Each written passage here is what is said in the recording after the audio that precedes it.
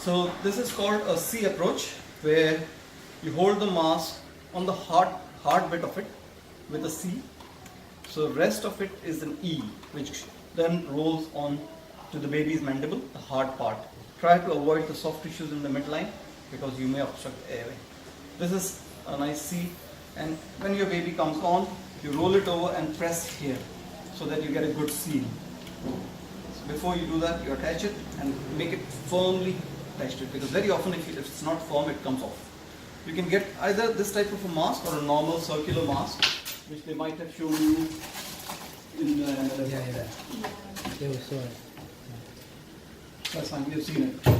So you roll it over, keep your nice C approach here, press it down on the baby's face to achieve a nice seal. This is nice and soft, so it's not going to damage baby's soft tissues. Try to avoid the eyes, so you should be covering the mouth and the nose, but not the eyes. So use the correct size of mask. Once you roll it over, press it down. And this one, you don't need to press hard. Okay? You just have to obstruct the flow. So if you obstruct the flow going out here, the tip will go into the baby. Okay? So how do you do it? You count till 1. If you're giving the first 5 inflation breaths, you count 1, 2, 3, 2, 2, 3, 3, 2, 3. At the same time, what are you doing when you are giving this? You're watching the baby's chest rise. Okay? So if your chest is not rising, then either your seal is not adequate or your pressure is not enough. So then you can readjust the pressure, go up a little bit on the pressure, and see if that helps the chest. If it's a meconium baby, then you look under direct vision and make sure that there is nothing obstructing the airway, which is not letting the chest rise. So otherwise, usually it's the floppy, there's no obstruction, so we don't suction as a routine. Usually it's a floppy airway and your airway is not correct. So you put them in a neutral position. You reposition them, put this nicely again and try again. So your chest should rise. Okay. If it's a very preterm baby, you may not be able to immediately see a chest rise, in which case you just continue to do it because the lungs are very stiff and it may take a while before the lung starts to expand. So you just continue your ventilation breaths and watch heart rate, and as I told you in the NLS. So this will go back quickly to it. This is the oxygen supply. So you turn the oxygen on here. You check the PIP and the PIP. This is the PIP of 30 and the PEEP of around 5. When you obstruct this, you should be able to see the PEEP here. This is your suction. So you turn the suction down here, and that's how you check how strong you have to go. Don't go too much. And I've already shown you the suction catheter, which is kept here. So you can use the suction catheter instead of the anchor circle. I've kept it here now. Use a big suction catheter if you're using it. This is a black one. This is 8 French. There's another one which is even bigger. I prefer the bigger one, which is blue. This is 10 French. So if you're suctioning thick meconium, try to use as big catheter as possible. Otherwise, use the anchor. But the anchor is quite hard, so be careful. And do not suction for longer than how long? 2 to 3 seconds. Yeah, okay. What will happen if you suction for too long? Well, you won't be supplying them with oxygen, so the hypoxia is getting worse. You basically cause a reflex bradycardia, Yeah. so their heart rate will drop if you continue to suction them.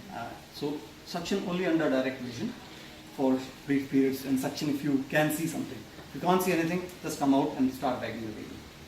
Okay, so that's your suction, that's your oxygen. Now coming on to the resuscitaire itself, you turn it on here,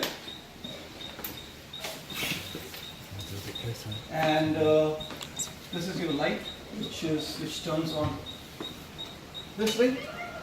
So this comes out from there. It's fine at the moment. In winters it gets very cold, in which case you have to make sure that you go on to manual and turn it full. Okay? If it goes on to pretty warm, by default you switch the manual one and go all the way up. Okay? You can go up and down by that. In winters I would advise keep it on maximum. You may get hot, but the baby will not get cold. It's very important to keep the baby warm. So that's how you turn it. You can turn the light on that way, and you start your abgas here. If you press the abgas button, it will start. And it's a very good idea. Why is it important to start the timer? It lets you know how long you've been trying, Exactly. and when to call for help. So let's say if your midwife calls you and you come here, you will have an idea of the timeline, how long they've been doing what they've been doing. If you are here and you call your registrar, they will exactly know baby is already 5 minutes and doing nothing, or the baby is just born, so you can relax a little bit and then wait for the baby to respond. So that's how you start it. You press it again and then it goes off. That's your timer. If it keeps beeping, you can press the mute button. So it's a very simple one. You can attach a sensor, but we don't usually use it, so you don't put it on the baby one because it will keep alarming. Keep it on manual, go to maximum. That's how it works, and that's your light switch again.